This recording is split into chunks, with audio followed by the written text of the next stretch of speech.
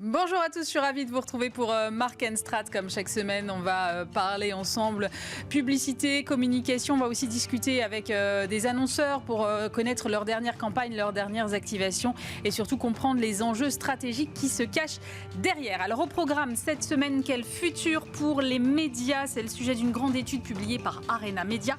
On y apprend que la télé devrait rester incontournable pour les grands événements ou encore que les consommations médias devraient continuer à progresser. La grande question concerne maintenant l'implémentation de l'IA et surtout ses conséquences. Et là, tous les scénarios sont ouverts. Mais en publicité, à l'approche des Cannes Lions, eh bien, on s'interroge sur la stratégie à mettre en place du côté des agences pour gagner des prix. En effectuant la revue des pubs de ce mois, eh bien, l'expert Frédéric Roy a dégagé 3 grandes tendances du moment. Et puis une marque, mais pas de produit. Comment faire la promotion d'une marque quand on ne peut pas promouvoir ses propres produits? C'est le défi auquel est confronté Biogarant dans le secteur du médicament. Et ça ne l'empêche pas de produire une campagne de marque pop et engagée. C'est l'épisode 33. Bienvenue dans Mark & Strat.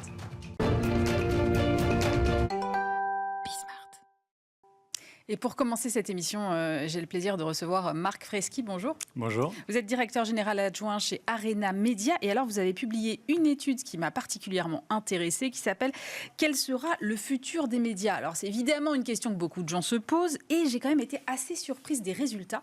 Je crois qu'il y a 86% des Français qui pensent que les médias traditionnels finalement, ne sont pas en danger, contrairement peut-être à ce qu'on pourrait croire. Effectivement, c'est des résultats que l'on a eus et qui sont plutôt intéressants puisqu'ils peuvent par moments aller à contre-courant d'un peu de la pensée générale.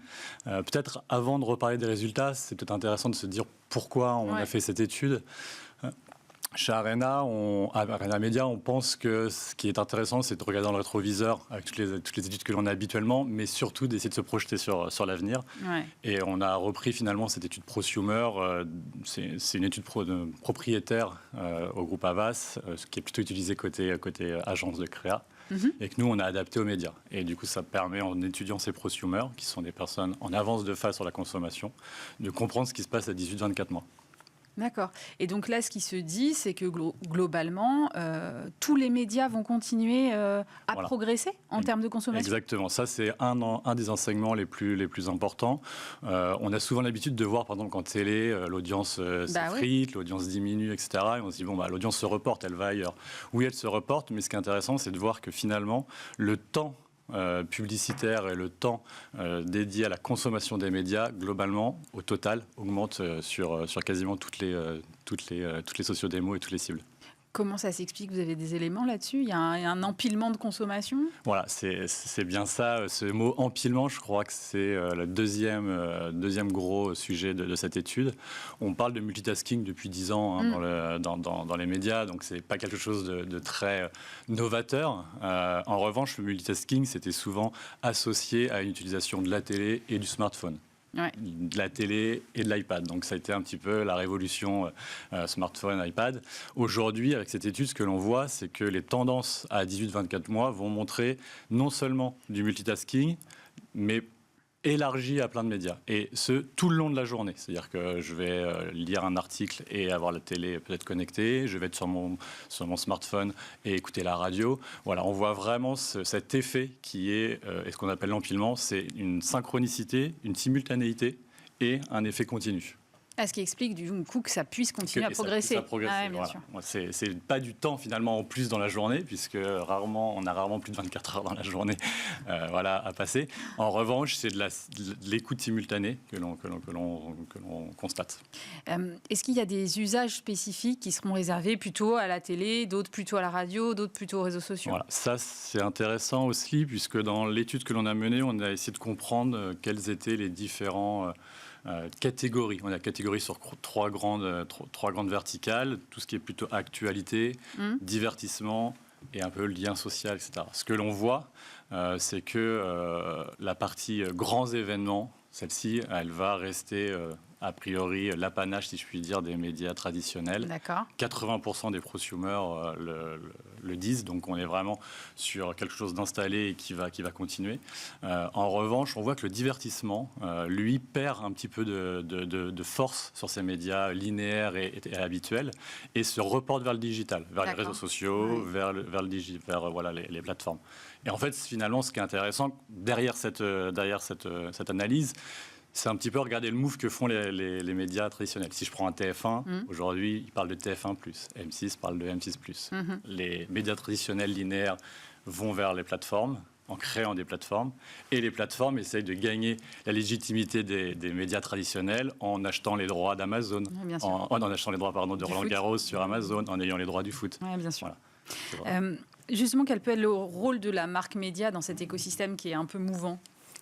C'est un rôle, je dirais, assez important et surtout rassurant. On est dans un univers où, avec le digital, avec l'intelligence artificielle, on peut être confronté à des fake news, à des deepfakes, etc. Et finalement, le rôle de la marque média, il a cette première chose, c'est la confiance. On a très largement 8 personnes sur 10 dans l'étude qui décrivent que la marque média, c'est un repère. Et c'est un média de confiance. Donc les marques médias ont cet avantage-là, malgré un peu de défiance parfois, d'avoir quand même aujourd'hui, en majorité, un rôle de confiance. Ce qui m'a intéressé aussi dans l'étude, c'est que vous avez posé la question de savoir comment l'IA, dont on parle beaucoup, va bouleverser notre expérience média. Et là, j'ai l'impression que tous les scénarios sont ouverts. Oui. Alors sur cette partie IA, c'est vrai que dans l'étude, il y a 2 volets. Il y a un premier volet qui était de comprendre les bouleversements qui pouvaient arriver à notre secteur, que ce soit dans la publicité ou plus largement dans les médias en tant que médias, en tant que diffuseurs. Et puis il y avait une deuxième partie qui était une vision prospective un peu plus lointaine, où on a élaboré différents scénarios. Dans tous les cas, ce que l'on voit, c'est que les personnes ont une connaissance relativement fine et comprennent bien ce que c'est que l'IA et comment l'IA est générée avec de la donnée personnelle et les gains qu'on peut y trouver. Notamment, ce que l'on voit, c'est que l'IA, ça permet principalement plus de personnalisation. Et la personnalisation, c'est quelque chose de très, très, très attendu dans les mois qui viennent. Et vous avez des scénarios plus ou moins positifs sur cette influence de l'IA ? Alors oui, si on reprend, il y avait 5 scénarios qui ont été posés. Il y en avait beaucoup plus, je dirais, Black Mirror-rien, si je puis le dire.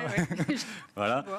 Et d'autres qui étaient beaucoup plus tournés vers comment l'IA peut nous permettre un peu un monde meilleur, entre guillemets, comment, grâce à l'IA, on peut plus facilement détecter les fake news, comment les journalistes peuvent aussi utiliser l'IA pour justement amplifier la consommation. Si je suis dans une relation en one-to-one avec ce que je recherche en termes de contenu, et bien comment cette partie journaliste peut permettre de distribuer de manière plus personnelle les contenus. Merci beaucoup Marc Freschi. Je rappelle que vous êtes directeur général adjoint d'Arena Média et votre étude s'appelle « Quel sera le futur des médias ?»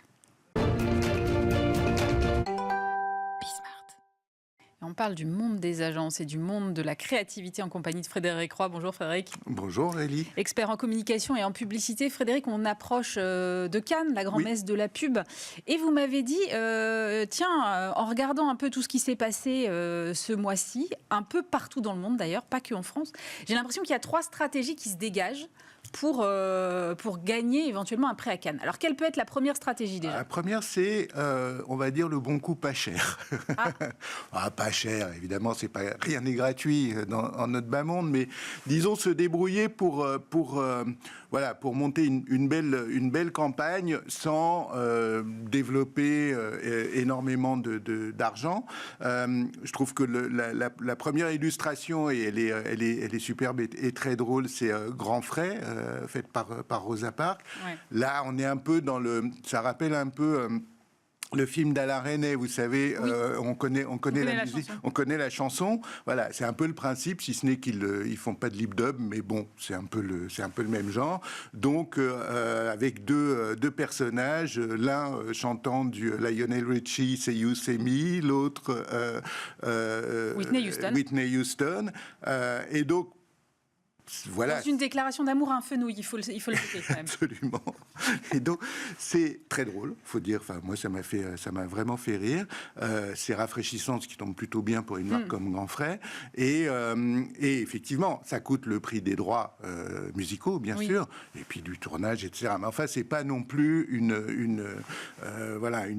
énorme prod. Et puis, moi, ça m'a d'autant plus plu que ça tranche avec la vague de pubs un peu plombantes qu'on avait eu après Intermarché, qui étaient des très très bonnes pubs, mais qui étaient quand même un peu tristounes. Et là, bon voilà, on rigole bien, quoi. Et vous avez un deuxième exemple? Et j'en ai un autre. Alors là, c'est aussi de la distrib, mais c'est en ligne. C'est Le Truc, Le Bon Coin. la campagne de Truc pour Le Bon Coin, avec cette petite fille qui demande à ses parents dans un centre commercial, est-ce que je pourrais, mais voilà, c'est le truc que je voudrais, et pourquoi est-ce que j'ai pas ce truc? Et puis bon,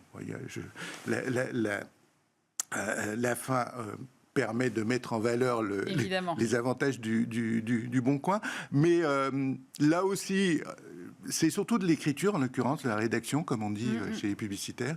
C'est très très bien écrit, ça se regarde avec beaucoup de plaisir. C'est un film standard, peut-être que ça prendra pas de prix à Cannes, parce que c'est très français pour le coup, et assez incompréhensible pour un juré non francophone, mais ça en prendra en France, ça c'est sûr. Ça, j'en suis absolument certain. Ouais. Donc, première stratégie, pas chère mais efficace. Voilà. Deuxième stratégie, ça c'est la stratégie, on va dire, assez anglo-saxonne. On joue quand même beaucoup sur disons, deux choses. On joue sur sa marque, on peut, parce qu'on est une grande marque, McDo ou Coca. Voilà, c'est les deux exemples. On joue sur sa marque et on joue sur l'émotion sur sa marque. Alors McDo, c'est au UK, et l'idée c'était d'avoir enlevé le sourire des Happy Meal pour la journée sur les émotions, pour mettre en valeur les émotions des enfants qui pouvaient coller en fait des autocollants. En fonction de leur humeur. En fonction de leur humeur, exactement. Ouais. Et ça, c'est assez fort parce que, d'abord, qu'une marque enlève une partie très distinctive, identitaire d'un produit qui est un produit majeur. La Happy Meal, c'est ce qui fait que tout le reste de votre vie, vous allez manger chez McDo. Donc, c'est quand même assez courageux. Et puis, et ça, à mon avis, je ne dis pas que je ne peux pas garantir que ce sera un lion d'or, mais ce côté, j'enlève ma marque, et en plus, pour une bonne cause, pour les enfants, là, il y a un peu de tire-larmes, mais c'est des larmes d'émotion. C'est évidemment le film, le case, comme on dit en français, est très bien fait. Et donc, les enfants sont absolument charmants. Et voilà. Et donc, ça fonctionne très bien. Je serais très étonné que ça n'ait pas au moins une shortlist, etc. Vraiment. Et puis l'autre, alors bon, c'est peut-être un peu moins spectaculaire, c'est Coca, qui en fait s'amuse avec sa bouteille et son produit, et qui dans un film où les gens se rencontrent, s'embrassent, etc., renverse une partie de leur Coca-Cola. Et donc, tout ça pour dire que même quand on en perd, ça peut être pour la bonne cause, ou en tout cas pour le plaisir, et donc c'est très agréable. Et c'est pareil, c'est une façon de se maltraiter en quelque sorte c'est des marques telles qu'après tout, on peut bien perdre quelques centilitres de Coca-Cola, ce que d'autres challengers auraient probablement un petit peu plus de mal à faire. Et je trouve ça assez amusant, assez réussi, quoi. Troisième stratégie, Fred. Troisième stratégie, là aussi on est un peu d'ailleurs il y a une partie un peu économique, parce que toutes les campagnes dont je vais vous parler n'ont pas coûté, il y en a certaines qui n'ont pas coûté bien cher, d'autres oui. Et là c'est l'insight. Je parle tout le temps français comme vous. J'ai remarqué, mais c'est souvent le cas dans ce milieu. Oui, exactement. Donc voilà, c'est la promesse de Corona, la bière mexicaine, c'est le coucher de soleil. Toute leur campagne depuis la nuit des temps, la nuit et le coucher de soleil. Oui, d'accord. Sont sur cet insight. Et là, c'est 3 campagnes dans 3 pays différents. La première à New York, une agence new-yorkaise, c'est juste, ils ont acheté des photos de coucher de soleil sur une banque d'images. Autant dire que c'est de l'ordre de quelques centimes d'euros. Ils en ont fait une affiche avec écrit Corona. Voilà. Et il se trouve que le coucher de soleil sur la mer donne vaguement... En se concentrant un peu, on pourrait penser que c'est une bouteille de Corona, mais comme il y a écrit, oui, mais comme il y a écrit Corona, on le croit. Voilà, et ça marche. Et ça, alors, bon, évidemment, mon ami Joe Lapombe risque de dire ça a été fait 20 fois, oui, c'est probable. etc. Probablement. N'empêche. Ça reste efficace. Voilà, c'est efficace, c'est pas cher, c'est bien vu. Il y a une deuxième campagne qui est un petit peu plus sophistiquée, qui a consisté globalement à inciter les hôtels, restaurants, Airbnb, etc. Ça, c'est au Pérou, à envoyer des photos de rayons de soleil, de couchers de soleil qu'on peut voir de leurs établissements, en fait, en échange de quoi ils avaient des caisses de bouteilles de Corona gratuites. Donc, pareil, c'est une campagne là pour le coup virale.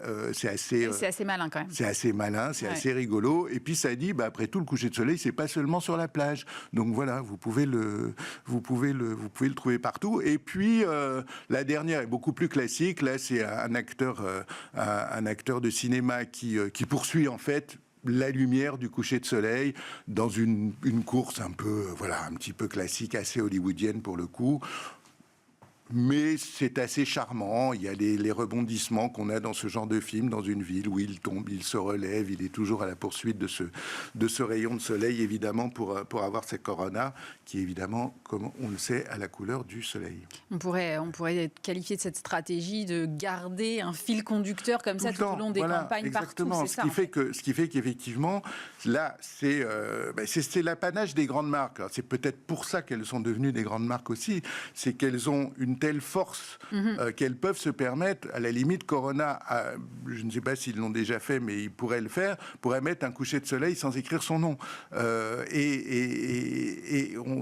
la même manière que McDo a fait une série de campagnes sans écrire son logo, juste avec ses couleurs ou les couleurs de ses produits. Et ça devient très très fort. Et ça permet, ce qui est rigolo avec Corona, c'est que c'est dans vraiment trois régions du monde, quoi. Donc il y a une espèce de... Évidemment, la marque est tellement forte, les agences sont briefées mais la marque est tellement forte que qu'elle peut se permettre un peu toutes ces expressions sans jamais se perdre, ce que je trouve assez vraiment, vraiment intéressant. Est-ce que ça aura des prix, ça on verra bien, mais je ne serais pas complètement étonné, là non plus, que l'une ou l'autre prenne quelque chose, quoi. Ouais. Bon, et on rappellera quand même que l'alcool est à consommer avec modération parce que c'est dangereux pour la santé, absolument. Évidemment. Frédéric, justement, avec l'approche de Cannes, là, vous m'avez dit, on a un petit signal assez sympa pour la France, puisque BETC a été récompensé comme la meilleure agence créative. La plus créative du monde, quoi, ni plus ni moins. Oui, par le WARC, qui est un classement mondial qui compile en gros les classements qu'obtiennent les agences dans les différentes compétitions mondiale. Et il se trouve que, donc c'est pas subjectif, enfin en tout cas ce classement-là n'est pas subjectif, même s'il peut être l'empilement évidemment de classements relativement subjectifs, mais ça fait que, BETC, agence française du groupe Havas, arrive en tête de ce classement. Autant dire que ça se présente plutôt bien, pas pour Cannes.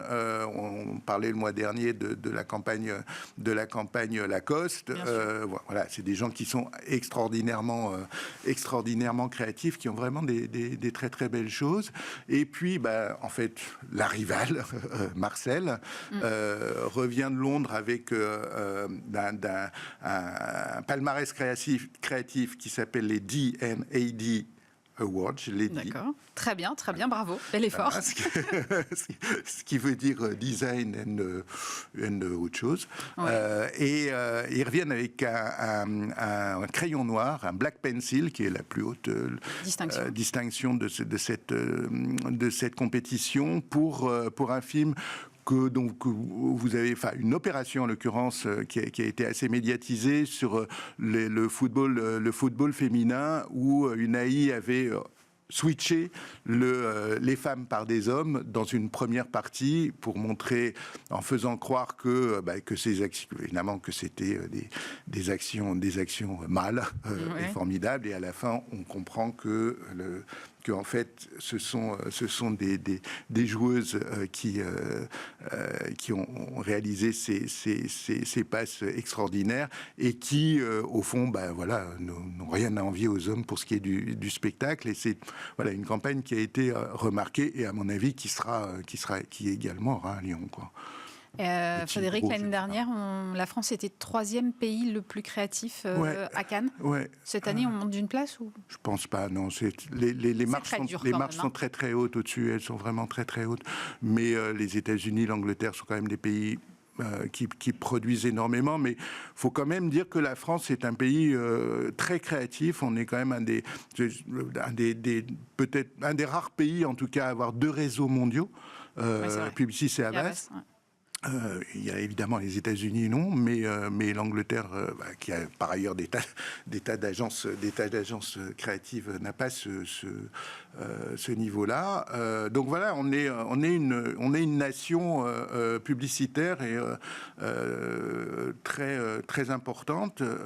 On organise aussi Cannes, même si d'aucuns disent que c'est un événement britannique organisé en France, puisqu'on n'y parle à peu près qu'anglais sur la croisette pendant une semaine.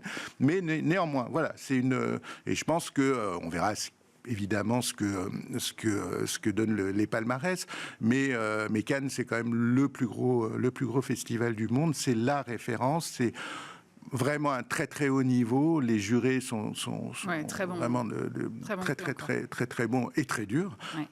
Et donc les campagnes qui sont récompensées sont vraiment des très bonnes campagnes. Voilà. Bon, on débriefe le mois prochain. Exactement. Merci Frédéric Roy.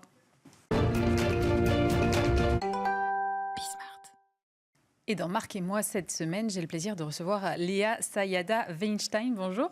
Bonjour Aurélie. Vous êtes directrice des opérations marketing et communication chez Biogarant et vous avez dévoilé il y a quelques semaines une nouvelle plateforme de marque avec une campagne qui s'appelle « Comment ça va ?» Alors ma première question évidemment, c'est comment ça va chez Biogarant, Léa ? Eh bien ça va très bien, merci. Chez Biogarant, on se mobilise pour que ça aille toujours mieux et faire en sorte que la réponse à cette fameuse question « Comment ça va ?» soit « Ça va bien ». Alors, que fait Biogarant, peut-être, pour ceux qui ne connaîtraient pas précisément ? On est dans le domaine des médicaments, c'est ça ? Oui, Biogarant est un laboratoire générique de médicaments génériques qui a été créé en 1996, donc il y a 25 ans. Ouais. C'est le pionnier et aussi le leader aujourd'hui sur le marché français. Une boîte de médicaments sur 8 qui est vendue aujourd'hui en France est une boîte de médicaments Biogarant. Donc, c'est un laboratoire qui est extrêmement présent dans le quotidien des Français et qui œuvre depuis 25 ans pour faire en sorte que les médicaments soient accessibles pour tous les Français. Donc des pathologies les plus lourdes aux petits bobos du quotidien. Mais alors, vous êtes sur un secteur qui est un peu compliqué en termes de communication, parce que vous ne pouvez pas faire de communication pour des produits, j'imagine, c'est réglementé. Oui, c'est très réglementé. Donc, c'est un peu la particularité de ce secteur. On doit naviguer dans une réglementation qui est assez complexe. On peut communiquer sur les médicaments, mais uniquement auprès des professionnels de santé et dans un cadre qui est extrêmement restreint. En revanche, auprès du grand public, on communique du coup sur notre marque.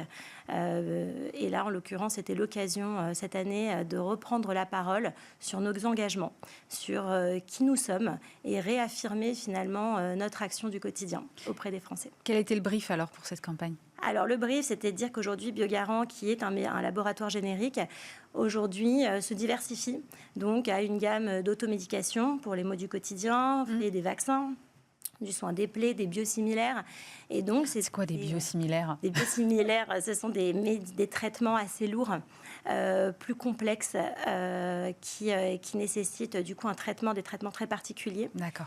Et donc, l'objectif, c'était de dire, voilà, quelle plateforme de marque, quelle communication pour porter cette diversification de Biogarant, quel message pour réaffirmer aussi nos engagements qui sont assez forts. On est un laboratoire français. On fabrique essentiellement en France et en Europe, donc c'est aussi une particularité. Et surtout, on œuvre au quotidien pour s'assurer que nos médicaments soient accessibles d'un point de vue du prix, parce que nos médicaments, notamment sur l'automédication, sont beaucoup moins chers, mais aussi œuvrer pour préserver notre système de santé. Alors à l'arrivée, on a une campagne qui est très pop, très colorée, avec une sorte de dessin animé qui vient comme ça sur des images réelles. Pourquoi ce parti pris? Parce qu'on aurait pu s'attendre à un truc beaucoup plus formel, presque limite un peu ennuyeux, parce qu'effectivement, dès qu'on touche à la maladie, c'est compliqué. Pourquoi vous avez fait ce choix-là? Alors disons que Biogarant s'est toujours inscrit dans une vision très optimiste de la santé, très positive. Depuis le départ, Biogarant a toujours opté pour des codes décodants par rapport au secteur de la pharma qui en effet a des codes plus classiques en général. Et nous, ça a toujours été notre parti pris. Là, pour cette nouvelle campagne, on a voulu à la fois se rapprocher des gens, donc montrer toutes sortes de générations, une campagne très transgénérationnelle, et à la fois ces illustrations qui apportent ce que nous, on voit comme étant la santé, c'est-à-dire une vision colorée, audacieuse et positive. Quels ont été les premiers retours à la suite de ces diffusions, peut-être en interne et en externe? Des excellents retours. Une campagne qui a été très appréciée en interne. C'est une nouvelle plateforme dont l'interne s'est totalement emparé, à la fois au sein de Biogarant au siège, mais aussi au sein de notre force de vente, qui a vraiment porté ce comment ça va haut en couleur. Et en externe, on voit des excellents résultats de la campagne. On avait des objectifs de notoriété très importants sur cette campagne-là. Aujourd'hui, on est le premier laboratoire en termes de notoriété, tout laboratoire confondu. On est arrivé à la première place, donc on peut se dire aujourd'hui qu'on a une campagne qui est forte, qui imprime et qui porte des messages qui résonnent énormément, parce qu'après l'étude qu'on vient de mener justement sur cette campagne, on voit qu'il y a eu quasiment 30% de personnes qui en ont parlé autour d'eux. Donc ça nous conforte dans l'idée que finalement, à la fois dans le fond, dans les messages qu'on a souhaité faire passer, dans la forme, qui certes est un peu disruptive, notre objectif est atteint. J'imagine que c'est du coup quelque chose que vous allez décliner peut-être dans un futur. Vous allez sans doute y réfléchir. Quand ça fonctionne, en général, on essaye de tirer un peu le fil. Alors, on le tire. On va bien entendu capitaliser sur cette plateforme de marque sur les années à venir, avec aussi cette particularité d'avoir des activations un peu événementielles. On a de s'inscrire en fait dans cette communication qui fait du bien. Donc, on est un laboratoire qui aide les gens à aller mieux, mais on fait une communication qui fait du bien. On a fait un abribus distributeur de mouchoirs pendant la période des allergies. Donc, pour vraiment nous continuer d'ancrer finalement toute cette communication en action concrète. D'accord. On a aussi sponsorisé un programme court sur TF1 qui s'appelle Daruma, qui donne la parole à des célébrités qui racontent en 1 minute leur parcours de santé, comment elles ont trouvé finalement la force, la résilience pour l'affronter. Et donc, encore une fois, porter ce regard optimiste. Et donc, l'idée, c'est de continuer sur ces activations, sur cette plateforme et de capitaliser sur cette communication qui fait du bien. Merci beaucoup Léa Sayada-Weinstein. Je rappelle que vous êtes directrice des opérations marketing et communication chez Biogarant. C'est la fin de cette émission. Merci évidemment de nous avoir suivis. On se retrouve bien sûr la semaine prochaine pour un nouveau numéro de Mark & Strat.